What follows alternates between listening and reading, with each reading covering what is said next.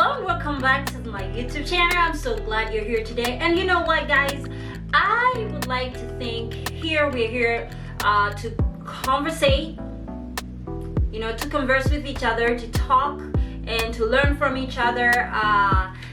So let's have a discussion. Put it in the comments so that everybody else can interact with you. Put it in the comments so I can learn too as I share with you. And today I am just gonna dive into it. We're gonna talk about 7 boundaries each one of us should have.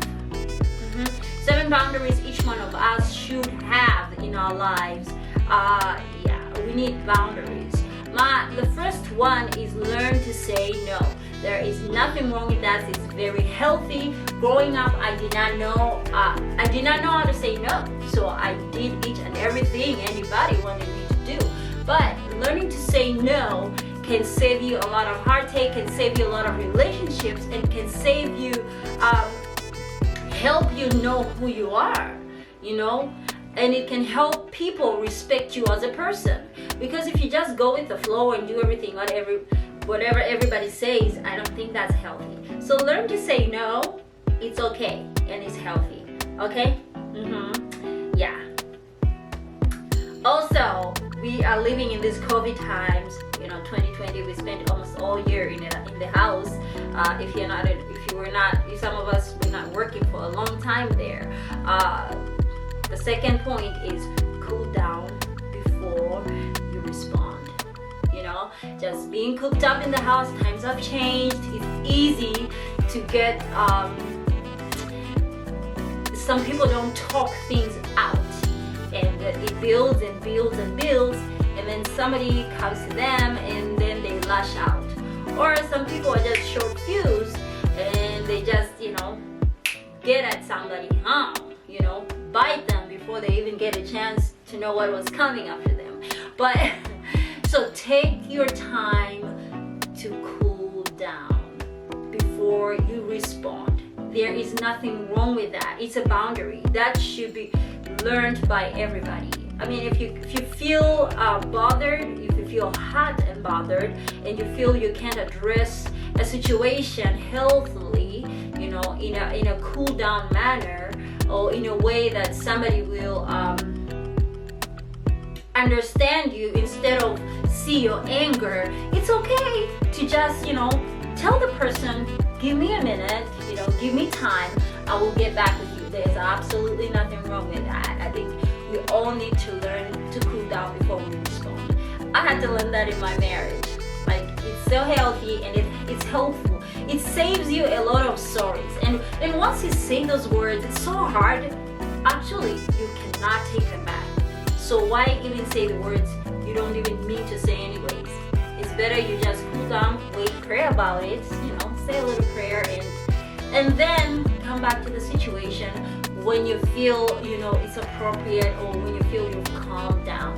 That's so vital, guys. Remember that. Number 3, prioritize your health.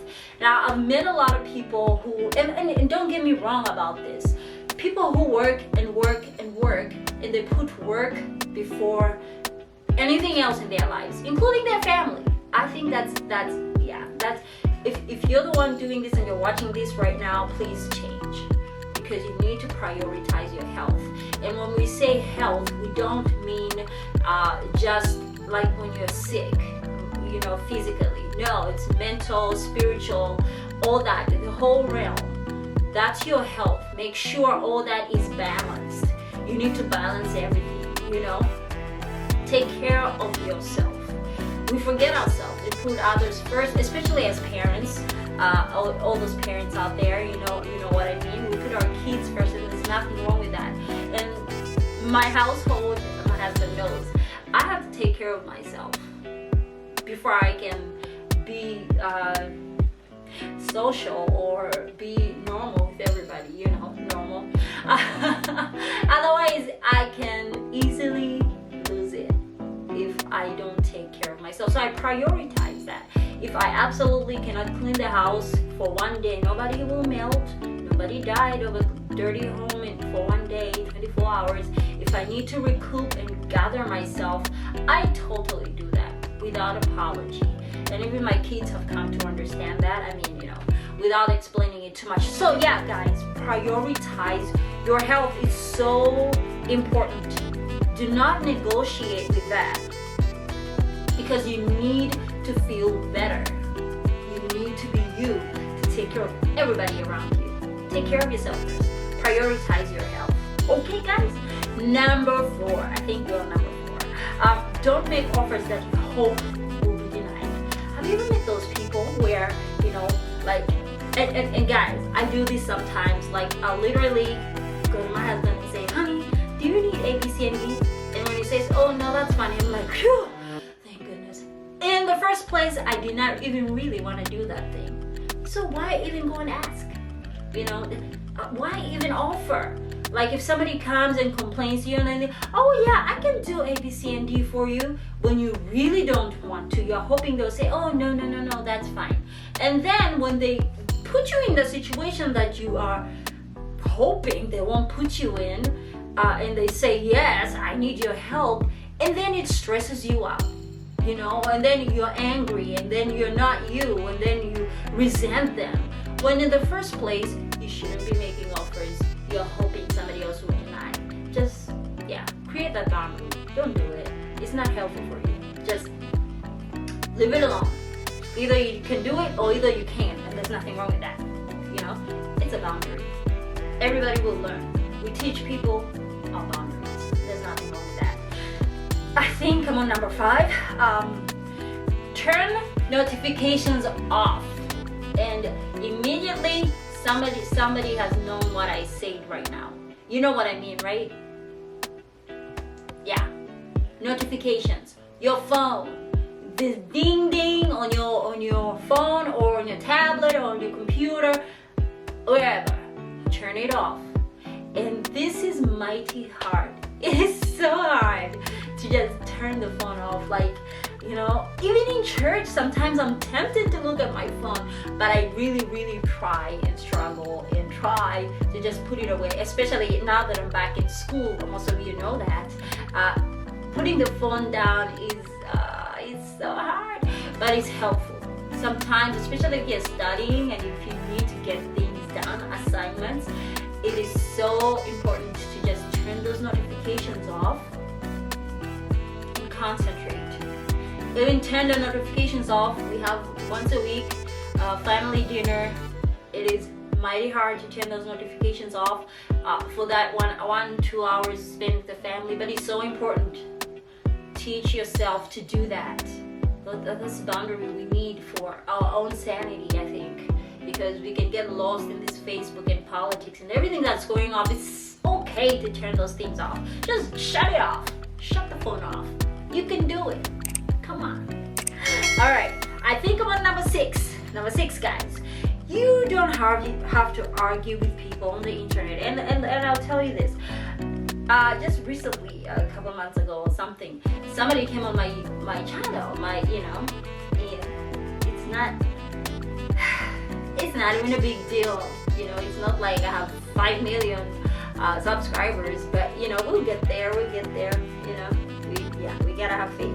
But anyways, I posted something that is my opinion, and I respect anybody who comes here and tells me the truth about how they feel about something, and there's nothing wrong with that, don't get me wrong.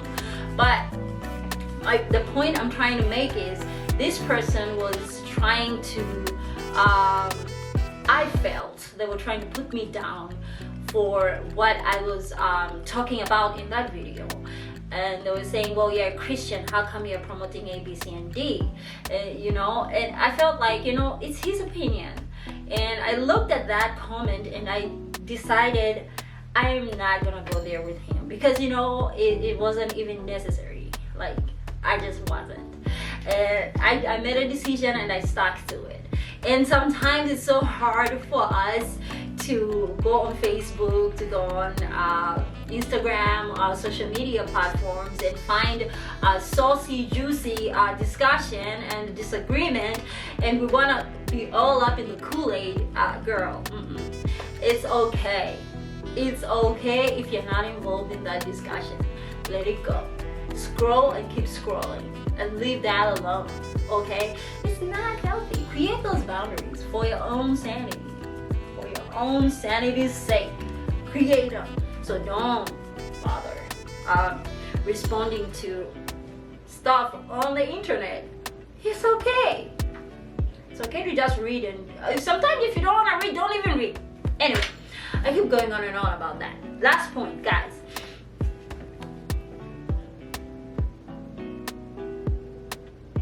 Don't engage in unhelpful conversations.